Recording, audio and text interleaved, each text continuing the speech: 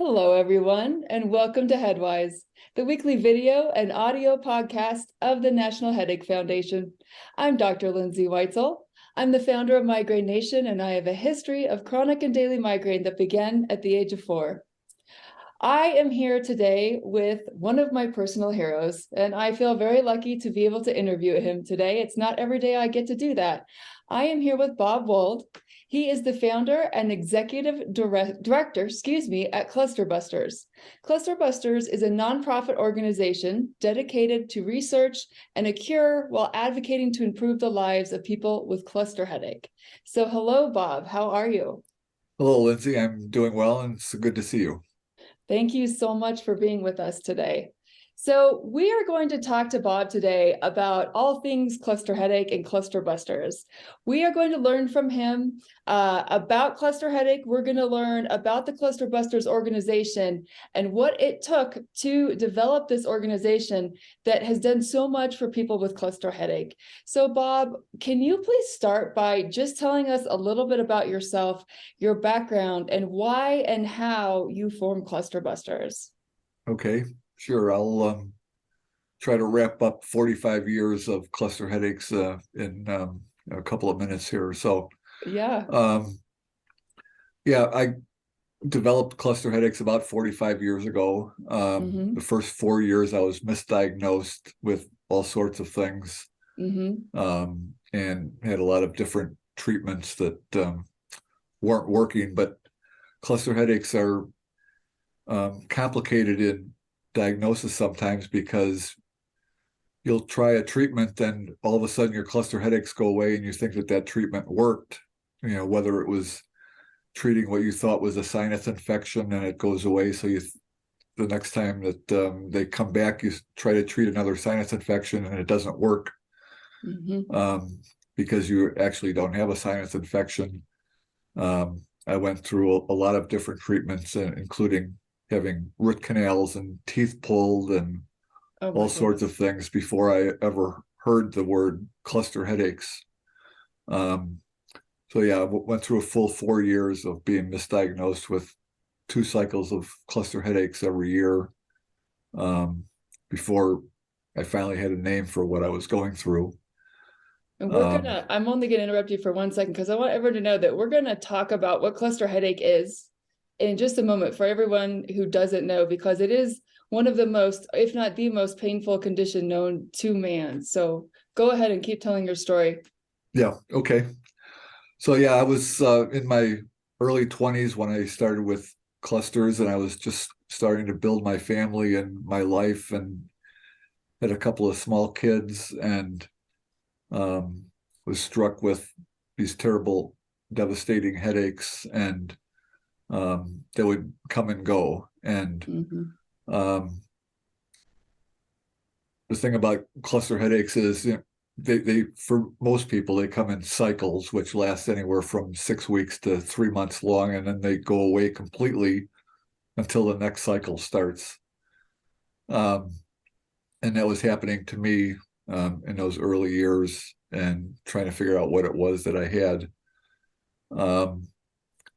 And for the next 20 years, I tried 70 different prescription medications to try to treat my cluster headaches in hundreds of combinations, and nothing was working well at all. We would try something new every time a new cycle started, and I would go in and see a doctor and he would prescribe something, and at least it would give me a little bit of hope to get me through the next 30 days before my next appointment. And then we would try something else. So always had hope of some medication helping, and nothing ever really did. The only thing that was really working as an acute treatment was high flow oxygen. And it helped to treat an attack, but it wouldn't help to treat the cluster cycle itself. So every time I would have an attack, I would have to get onto the oxygen. What happened after about 20 years or so was the internet developed a way to communicate with people and to do research. And we ended up building a community online of people with cluster headaches that were out searching for some help, because most of their doctors weren't any help at all, because very few, even neurologists, knew how to properly treat cluster headaches. So that community was real important for people to be able to share the little tricks of the trade that we had all learned on our own, trying to get through each cycle. And that's what ended up getting me to form Clusterbusters, was that community working together. And one of the big problems was trying to find a doctor that understood what cluster headaches were. Most neurologists don't even know what cluster headaches are, or how to treat them. And so trying to find a doctor that knew what he was doing was difficult. So there was a lot of education that needed to be done, not only of patients, but also of doctors. And at that point, there was really no research at all going on for cluster headaches. There was some for migraine going on, but nothing for cluster headaches. And the community itself was sharing some ideas that we felt could help each other. And what was really driving force behind Clusterbusters was trying to increase the amount of research that was going on for finding something to help people with clusters, and also to educate the medical field into, trying to find somebody that knew what they were talking about with clusters. So that was the impetus behind forming Clusterbusters 20 years ago. It's an amazing story of someone who went through an unbelievable amount of suffering and then moved on to not only help themselves, but help other people who were going through a similar crisis. I love your story. Now if you could just tell everyone, because you're right, so many people, even people who have chronic migraine, often don't know what cluster headache is. So it's very likely that much of our audience doesn't fully understand cluster headaches. So can you tell everyone exactly what cluster headache is?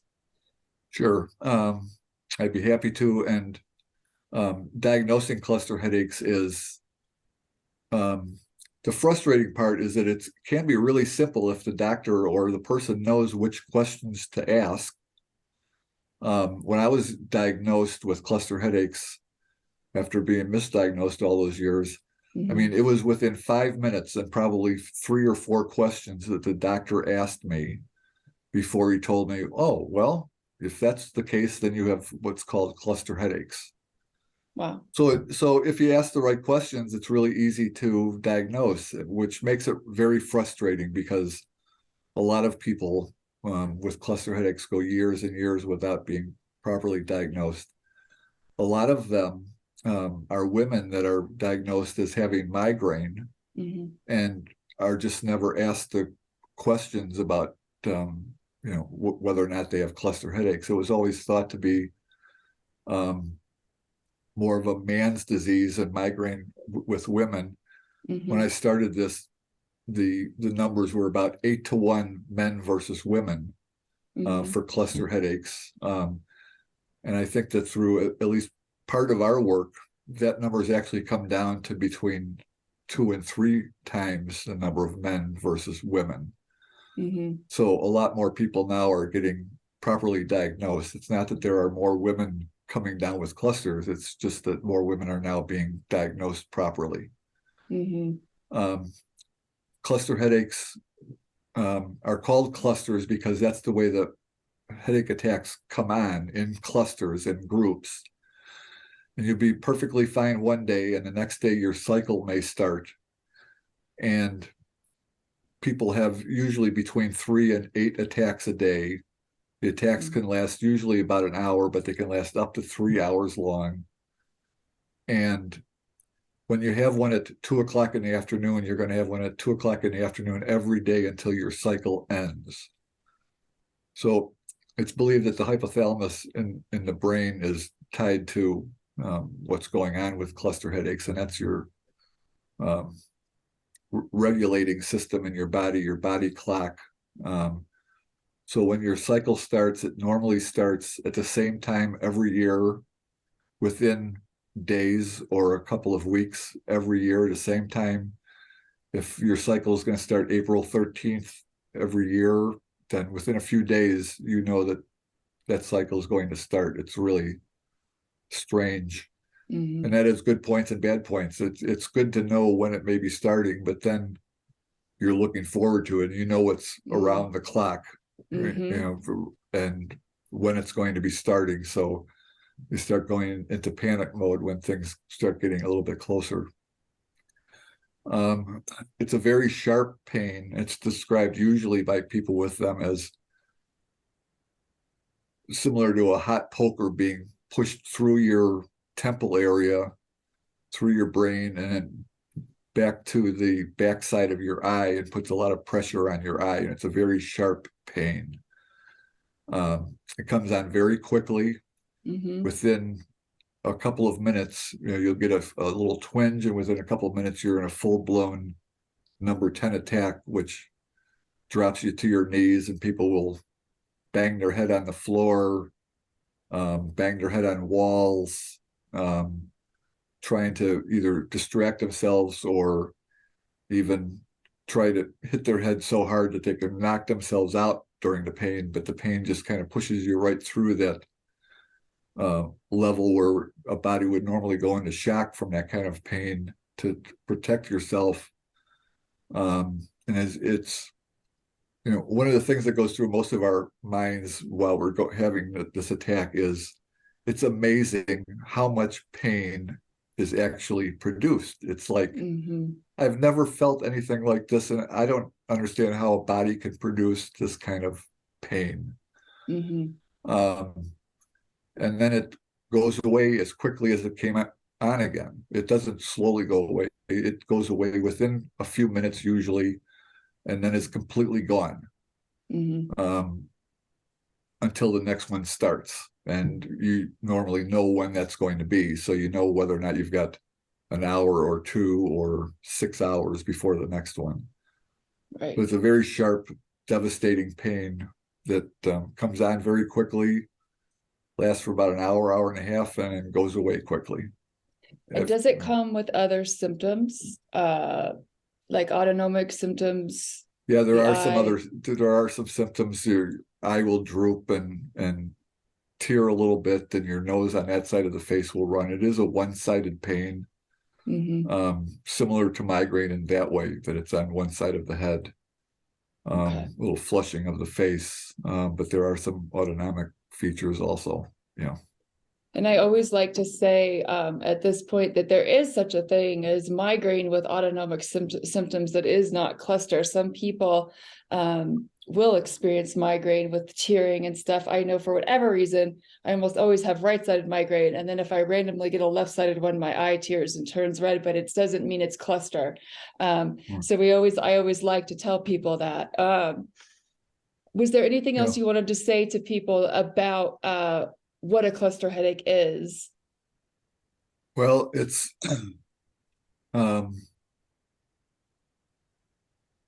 it's hard to describe the pain, the physical pain that you go through, because there really aren't any words that can describe that type of pain. But when it's over, or when that one attack is over, the psychological pain remains, and that you need to deal with. You need to pick yourself back up again, and you have a certain amount of time before the next one. So you try to build your life in those periods in between the attacks, because during the attack, you certainly cannot do anything other than deal with that pain. Right. So if you're trying to keep a job or build a family or remodel your house, whatever it might be, you've got a certain amount of time to get back to building that life that you're trying to build.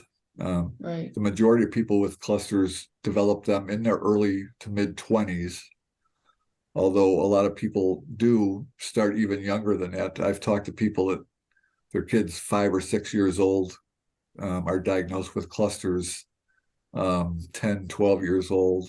Oh, wow. Pediatric clusters is a definite issue and a thing that's really out there. And that's where a lot of people are misdiagnosed, is not having cluster headaches, and they're diagnosed everything from migraines to just psychological issues that, problem if somebody that's 12 years old and has this attack at 2 o'clock in the afternoon every day when they're in school, they'll go to the nurse and the nurse will say, well, what's going on here? You have history class every day at 2 o'clock. What is it that you don't like about history class that you're coming in here with a headache every day? Right. Right. You need to get past that and just go back to history class. Right.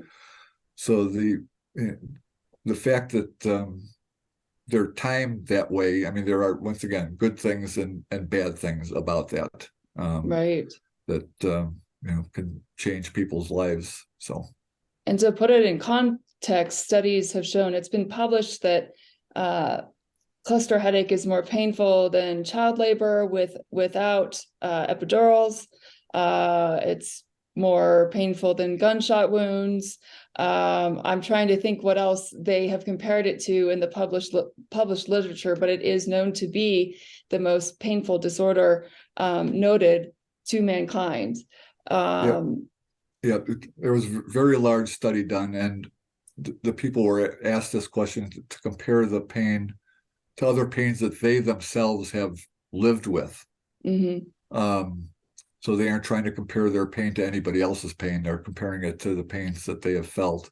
And women that have had children, that score their cluster headaches at 9 and childbirth at 6 or 7. And it's really similar to because of all that pressure in the eye socket, and you have 6 or 8 of these a day for 6 months out of the year for decades. You can compare it to giving childbirth through your eye socket 10,000 times. Right. It's just a terrible affliction to try to live with. Right. There were 29 people that in this survey that had also experienced gunshot wounds. Some of those actually were attempted suicide shots to the head that people survived, that graded the pain from their own gunshot wounds at 7 versus the same 9.5 for cluster headaches. Right. So it's at least for everybody that was in that survey, the cluster headaches were the most painful thing that they'd ever experienced. Do we have any estimates of how many people are affected, what the prevalence of cluster headache is? Well, there haven't been a lot of studies, and I wish that they would do some more. But it seems like the numbers are about 1 in 1,000. So that would mean there's probably about 350,000 people in the U.S. alone that have cluster headaches. A lot of them are currently being misdiagnosed and mistreated, but we think there's about 350,000 of them in the States. Okay. So what treatments are available? You mentioned that you tried many of the wrong treatments first, and that the oxygen did help acutely. Right. What all are treatments that do work for people that have cluster? So as an acute treatment, the most important thing for anybody to get if they've been diagnosed with cluster headaches is high flow oxygen, which means not a concentrator and not with a nasal cannula. There is a special mask that was designed actually by a cluster sufferer that was a respiratory therapist. And you need a big tank with a regulator that you can turn it up to like a minimum of 15 liters per minute.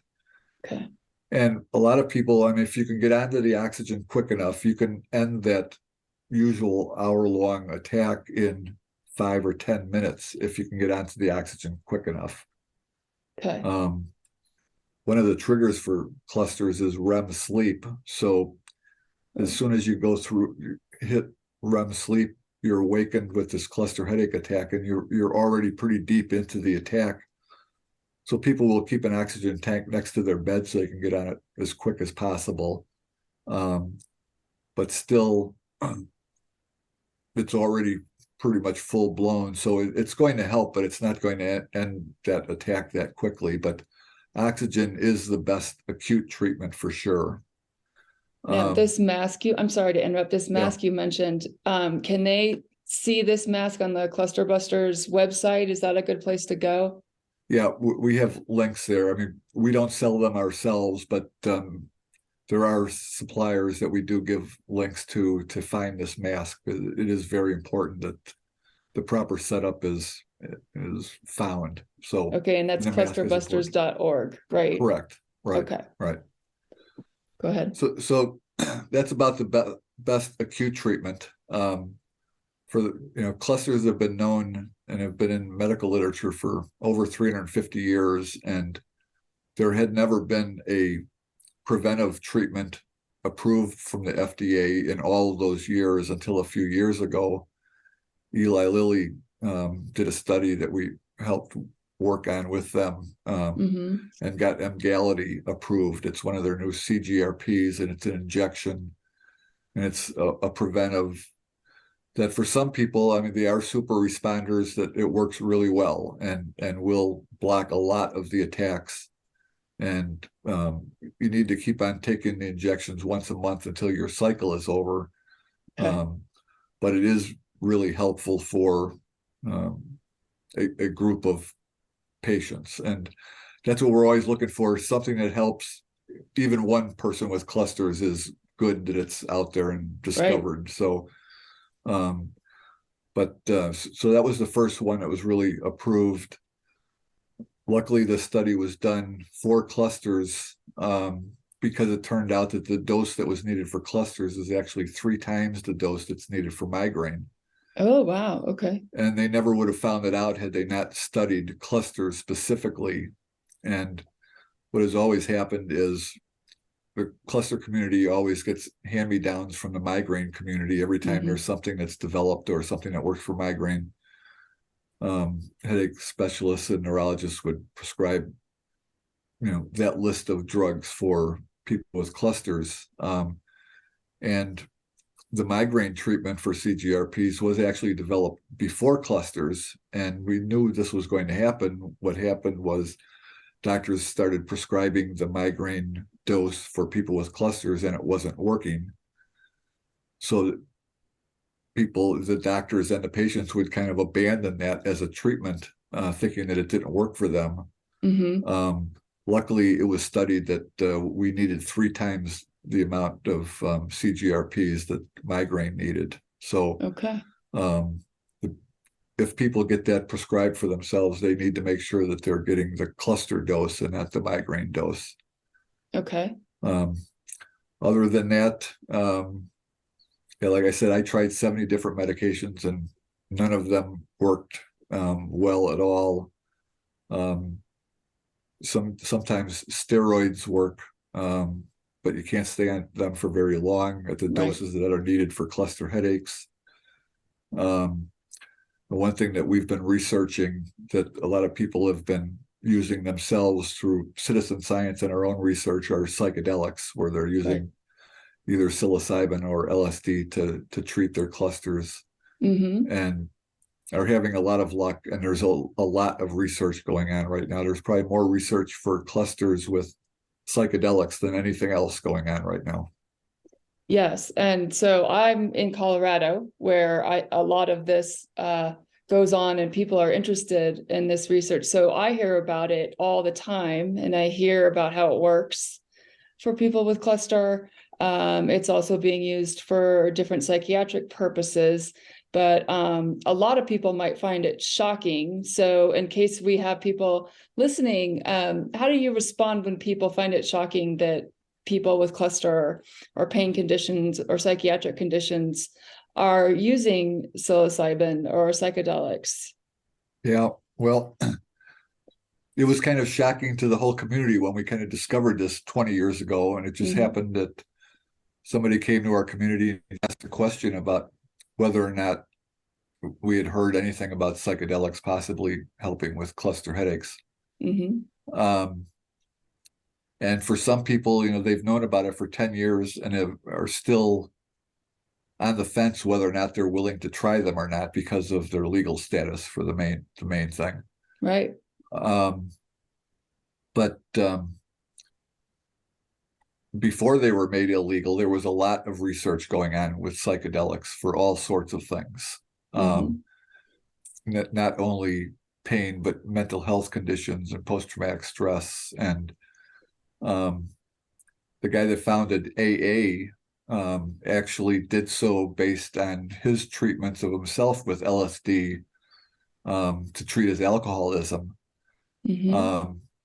And there was really a lot of research going on before it was made illegal. Mm-hmm. Magic mushrooms have been used for thousands of years in medicine, in different cultures, very safely. And it certainly is a jump for people to make to try something that's currently illegal and it's said to have no medical benefits, but especially people with cluster headaches, they are really willing to try anything to end this. I mean, most of them have suicidal ideation that they're dealing with all the time because of the pain. So it's not too far to, as a last resort, to try psychedelics rather than trying a different way out of life. So the main thing is we need the research to continue. That was the main reason why we formed Clusterbusters, was to get the research going. And our first research was published in 2006 out of Harvard that showed the effectiveness of psilocybin and LSD to treat cluster headaches. And now there's a lot of research going on with a lot of different pain conditions using psychedelics. One of the interesting things about psychedelics and trying to find a cure for clusters is the scientists now are trying to figure out what it is about psychedelics that make them helpful for cluster headaches. Right. And they seem to be zeroing in on a term called epigenetics, which means that it's changing the way your genes are expressing themselves. And it's stopping your genes from expressing themselves in a terrible, painful way. So what this moratorium on research with psychedelics has really held up is research that can lead to other things because of psychedelics, and it can answer some questions. And maybe it can help identify the genes that are causing cluster headaches. And 20 years ago, I predicted that it was actually going to be a gene therapy that was going to end up curing cluster headaches and a lot of other things. And psychedelics can answer a lot of questions about how genes express themselves and which ones are sending the wrong signals and what can be changed to fix those signals. So the 40 or 50 years that the stuff sat on a shelf without being researched kind of held up a lot of different research and a lot of progress and what it can lead to. We have talked a bit about epigenetics on this podcast previously, particularly with a neurologist named Amelia Barrett. So our audience, many people are probably familiar with that topic. And I can say that in my history of daily terrible pain, even though it wasn't cluster headache, I remember saying to doctors before that if they told me that crushing up asphalt and putting it in an IV was going to help me, I would have done it. Yeah. I mean, so I've been there. So there is I would have tried anything, and there is data, most of it put forward by Clusterbusters, which is an amazing thing to me, to show that this is helping people. It is helping a lot of people, and so I find this very interesting. And the data is on the clusterbusters.org website. You can go there to see it, and it has been published. Is there anything else that you would like our audience to hear about cluster headache in general, Clusterbusters, the future, where you guys are going? Well, we're certainly growing Mm-hmm. tremendously and having an impact on the entire headache community, which consists of 40 million plus people in the United States, Mm-hmm. and pushing for more research and understanding and education. Education is so important, not only for the patients, but for caregivers to understand what their loved ones are dealing with, education of doctors and nurse practitioners and everybody else that's trying to take care of our health. So yeah, we like to be one of the louder voices in the room to, make sure that people don't forget that, there might only be 350,000 of us rather than 40 million, but we're out here and trying to find help for people with headache disorders. And yeah, we have a couple of in-person conferences coming up this year, one in May in Glasgow. This is our first European conference. Okay. They've been begging us to come over to Europe for years and years, and so we're finally doing that. And then we're going to be in Orlando in September for our big conference there. So yeah, anybody who wants to find out best way to live with cluster headaches should come to our conference. All right. That sounds like a great idea. So again, it's clusterbusters.org. Anything you need to know about cluster headache is there. And this is Bob Wold.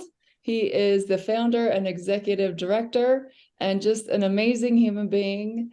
And thank you so much for being with us today, Bob. And we've learned so much. And thank you everyone for joining us on this week's episode of Headwise. And please join us again next week on the weekly webcast, videocast, and podcast of the National Headache Foundation.